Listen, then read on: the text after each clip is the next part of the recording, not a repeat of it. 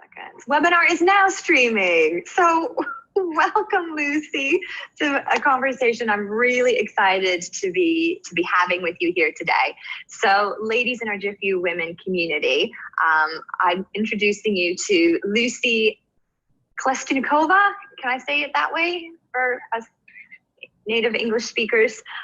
So Lucy is currently working at the European Commission, and earlier, well, late last year, really, her soul told her to run for European Parliament. And watching her, being close to her through every step of her journey really inspired me. Seeing this woman in action, taking action to fulfill on what's important to her and what her soul's journey and her soul's calling tells her to do, has just been an awesome experience for me, which is why selfishly I'm really excited to share her story with you here today so that you can get the inspiration and wisdom from her knowledge of what she's experienced through this process.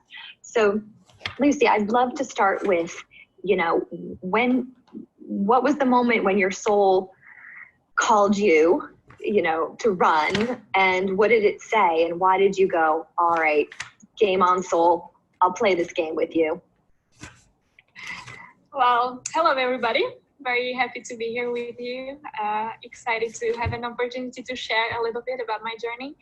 It was pretty much last year when I woke up one day, and because of a series of circumstances related to the fact that I've been working on Brexit these past 2 years and wondering what is it that we've done wrong and how we can communicate differently, in combination with the development in my country, Slovakia, where really bad tragedy happened last year and a journalist was murdered and his fiancé for investigation of crime that they were doing in Slovakia. And in combination with very low turnout rates in the elections in Slovakia, because people simply don't understand what EU is about and what is their benefits and how they can play a role in the elections. It got me thinking, what is my responsibility in all of this? Because in my heart and in my profession, I'm a European policymaker. As you said, I work in the European Commission, one of the European institutions.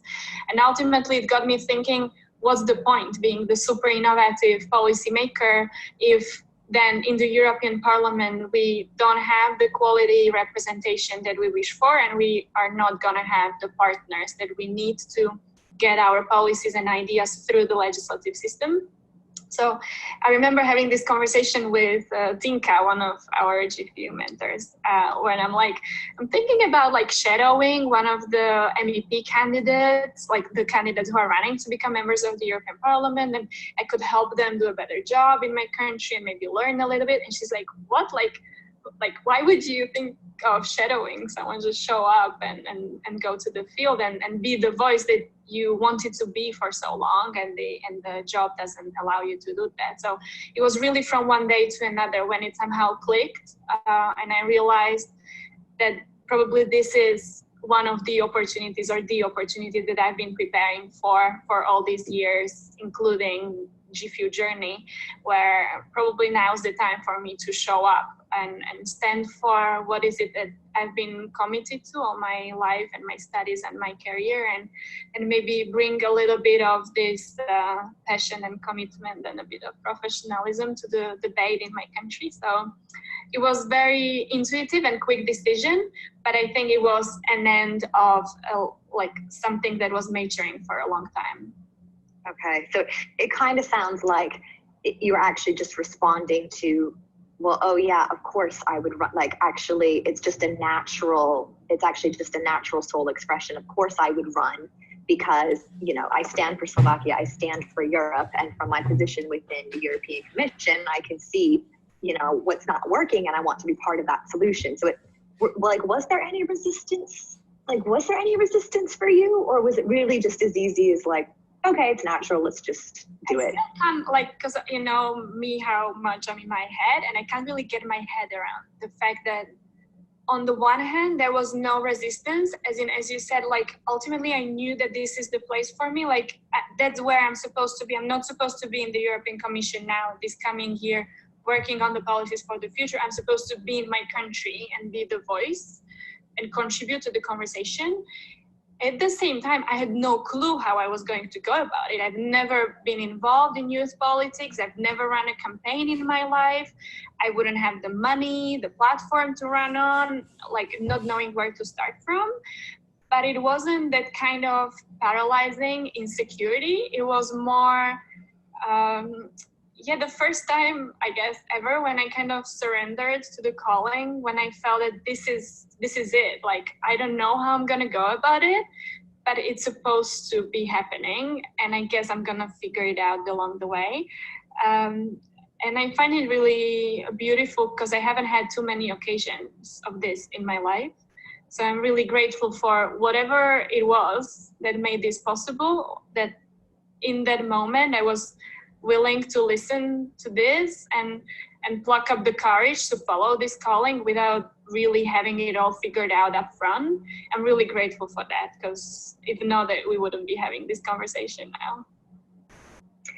And what, what did you, so what was the actual journey like? Because I was watching you, all your Facebook, I was watching it all on the internet. So I was just really excited to watch it all along the way. But like for you, what were the elements of campaigning that felt really aligned with your soul? Like, I'm really in flow, this is my soul's purpose, and what were the moments where you were like, oh, this isn't so fun? So the campaign is a little bit like building a startup where you will become the product. You're supposed to turn yourself into a product that thousands of people are going to buy on a certain date. And you have to put together the structure, the team, get the money, build the brand, build the campaign, build the agenda, the online channels, wherever you want to be present, figure it out what and when you're going to be doing, while at the same time knowing that this is constant improvisation, and whatever we've agreed on yesterday evening might no longer be valid today because the things are moving under ourselves and there's so much uncertainty in the process. So the campaigning is like daily work on yourself, on the team, on your messaging, on when you're going to go to which part of the country, what you're going to post, when, playing with the messages, trying to figure out how to best find a midway between who you want to be in the campaign, what kind of energy and messages and identity you want to bring, while on the other hand, the strategists are giving you some advice which you have to consider in one way or another, and then reconciling it also with your professional identity, which in my case is very strong. So it's learning by doing and testing and listening to whatever is the feedback that you're hearing from outside. And so this experimentation and this playing was the part that I enjoyed most, where I could be out there, either online or in the real space in Slovakia, in the regions, talking to people about Europe and really authentically sharing what's my journey, why have I dedicated my life to the EU, why do I believe that this makes sense, being a cheerleader for my colleagues, sharing what is it that Europe brings to us in everyday context, while knowing that people understand very little about it. So it also involved learning, speaking a new language, simplifying massively and looking for concrete examples, not to get too rotating around the policy language and all that. So this is what I enjoyed most, like being out there and being the voice for Europe in context and in sectors and in places where normally in our normal life we wouldn't get to. It was also the work with my team, the ladies that were supporting me on everyday basis, and we were really creating beautiful stuff together. Also, the work online was very interesting. It was, despite what we were often told in our GIFEW programs, build your online identity. I never did that because obviously as the policymaker I don't need it. And then it was like a slap in my face when last year I'm like, oops, it might be a problem that I don't even have Instagram on my phone. So it was like really daily work, trying to figure out who do you want to be, what part of your life do you want to show, also like setting the boundaries, how far you want to go, what kind of language you're going to be using, etc. So this was like the super creative part that I was very, very much enjoying, which was very difficult, but I was enjoying it. And then the difficult part was the politics, I have to admit. The fact that it's not always about the authentic stand for Europe, but there's other motivations why people go into the game. They use different kind of practices. It's also a bit of a clash of civilizations, because I've been out of Slovakia for several years and working in a very professional work context. So also reconciling and getting used to different work practices while knowing that you are constantly running out of time and losing a week if somebody promises something and doesn't deliver is like very, very costly for the campaign. So this is the stuff that was a bit painful, yeah. I have to admit. And I'd love to ask you more of the shadow side of running for office. And I'm going to ask you a bit of a dual question now, which is, because I know you were up against some very, very strong viewpoints, you know, like neo-Nazis turning up to, you know, events and things, and, you know, dealing with that real, what I would call a politics of hatred. You know, what was that like for you? And also the flip side of my question is, what do you think of Marianne Williamson's politics of love and, you know, the duality in what's coming out at this point in time in our global or Western democracies?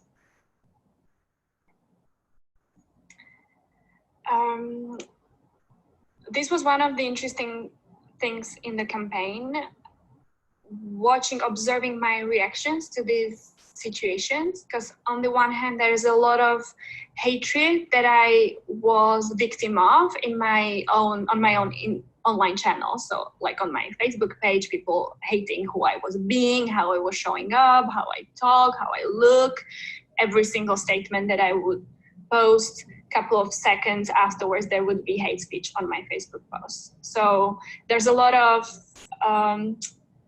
personal mastery that is required, I guess, to be able to process this and not let it throw you out of your game or your flow, so that you can show up as much energized as you or in your stand that you want to bring into the game outside for the people. And what was interesting for me is that the online hate wasn't as painful for me, because I didn't, like, I guess thanks to all the work that we're doing here, it wasn't as painful because I could process it in a way that was required for the campaign. While on the other hand, meeting the neo-Nazis out there and meeting the narrative and talking to the people who would be willing to put on the agenda the fact that we don't necessarily need to be in the EU, that we don't need this, that it's not working. This is what I was like really taking personally, because that was one of the biggest discoveries for me, how much of a physical reaction I had to attacks on the EU instead of the attacks on myself. I find it a bit surprising because I wasn't expecting that. But when I was in the encounters with the extremists, for instance, there was like really this new, authentic, a bit more aggressive identity of myself showing up, where I'm like, how do you dare even question this? Because the life that we have it thanks to the work that was done by the previous generations, all the people who are fighting for the collapse of socialism and the negotiations and the Eastern enlargement after super difficult period that Slovakia went through in the 90s. So all that we have is the fruits of the work of decades of people before us. And I think that we now have this obligation to show up and protect it and work to make it even better for the generations that are going to come after us. And if somebody shows up questioning this without having an alternative, without having a clue about how difficult it is to come to a compromise in a Europe of 28 countries, I'm like, how do you dare? So this is the difficult, but also not so difficult stuff, because when it's like deep down in you, it's like when somebody is attacking your family, you don't question whether you're gonna protect them. So it was a bit that I was just, being myself. Yeah, and it really resonates a lot with me as an American-born British naturalized subject. I voted in the election that produced Donald Trump. I voted in the referendum that produced Brexit. And you know, hearing your genuine love for Europe and like relating to Europe as if it's your baby, as if it's your family, and like something to protect, something to grow, something to nurture, is just, you know, I just want to say thank you. Like, thank you on behalf of people who like really love Europe, really love being part of a family that, you know, that's bigger than their own nuclear, you know, blood family. Because I get like that too. You know, I consider America, Britain, Europe, you know, I consider it all my family. And I feel that fierce, like, you know, wanting to defend it as you have. And just two more questions for you, Lucy. So would love to know if you could rewind 1 year ago and tell your 1 year ago self, like give your some 1 year ago self advice about running. Like, what are 2 or 3 things that you would have said to your 1 year ago self?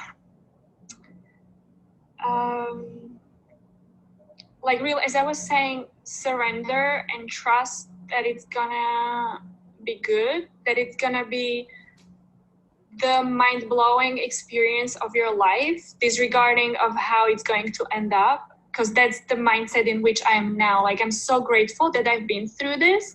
And although, well, we forgot to say that I wasn't elected. So that's maybe one of the questions that some people are asking themselves. I wasn't elected, but I had a beautiful result, and I'm really proud of what I was able to create in this very short time. So that's what I would tell to myself, or whoever are the other people possibly considering this. If you feel it's your calling, just go for it and trust that you're going to figure it out along the way somehow, and the right people are going to come into your world to help you make it happen. Pick your battles. There was a lot of energy that I used on trying to influence stuff that I couldn't, and that's also because of my wiring that I have from like very structured and professional environment here, where through like agreements and discussions you can improve stuff, whereas in a very agile project like a campaign, it's really constant improvisation and faking it till you make it. So kind of take the foot off the you know, the control pedal a little bit. And also, but I don't know to which degree this can be generalized, or if it's a lesson which is defined by my own personality. The fact that I have the identity of European expert really on my forehead. People were not very interested in listening or discussing European substance or going deep into the policies. We only had conversations about myself, my stand in life, my journey. Why does this make sense for me? Why do I believe in Europe, and what is it that I would like to be working on? So learning for me would be less work on the content and spend more time outside, because I spend a lot of time on production of my election program, drafting dozens of blogs and articles which never saw the light of the day because the discussion never advanced to that degree of substantial debate where we would be like discussing concrete policy questions. So again, coming from my space of an EU policy making professional, I wanted to be ready and have my content ready. And I spent a lot of energy on that last year. And I think the energy could have been used more like building my visibility and my brand and being out there much more. So a big, you know, the magic that's happening that determines the success is about knowing the proportions where you're going to invest your energy. And so I guess that's a bit personalized where the ratio goes for each of the candidates. But for me, that was one of the biggest struggles that I had. How do you, when you only have 24 hours a day, and even if I can work 24/7, like how do you strike the balance if it's you who wants to be out there and also creating the content and mobilizing the team and fundraising, etc. How do you strike that balance and where you invest the energy? Wonderful. So one last question, and just like a really, really big thank you for running, because regardless of the results, you know, we need women running, and it takes a lot more women running to actually get into office. So it really, this is a call to action for all the women out there who have considered maybe running for office or who are inspired, like people like Lucy, because Lucy, I've got a few role models. So you're my European and closest role model. And in the US, my role models are Alexandria Ocasio-Cortez in Congress and Marianne Williamson, who's running for president. But they're my faraway role models. You're like my real, you're like my real relationship role model. So like, thank you for being a role model for women everywhere. And what's next? What's next for you? We shall see, I think. I have now this beautiful summer period that I gave to myself as a me time, self-reflection, hygiene gift.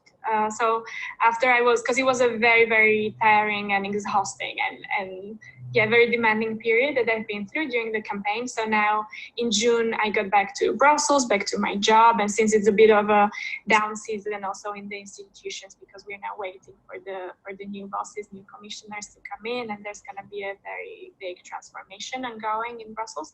So this summer is a bit of a quieter period here, and so I'm grateful for that, because it's a beautiful reflection time for me, and I'm working a lot with the GIFEW community, with Bea, reflecting on how can I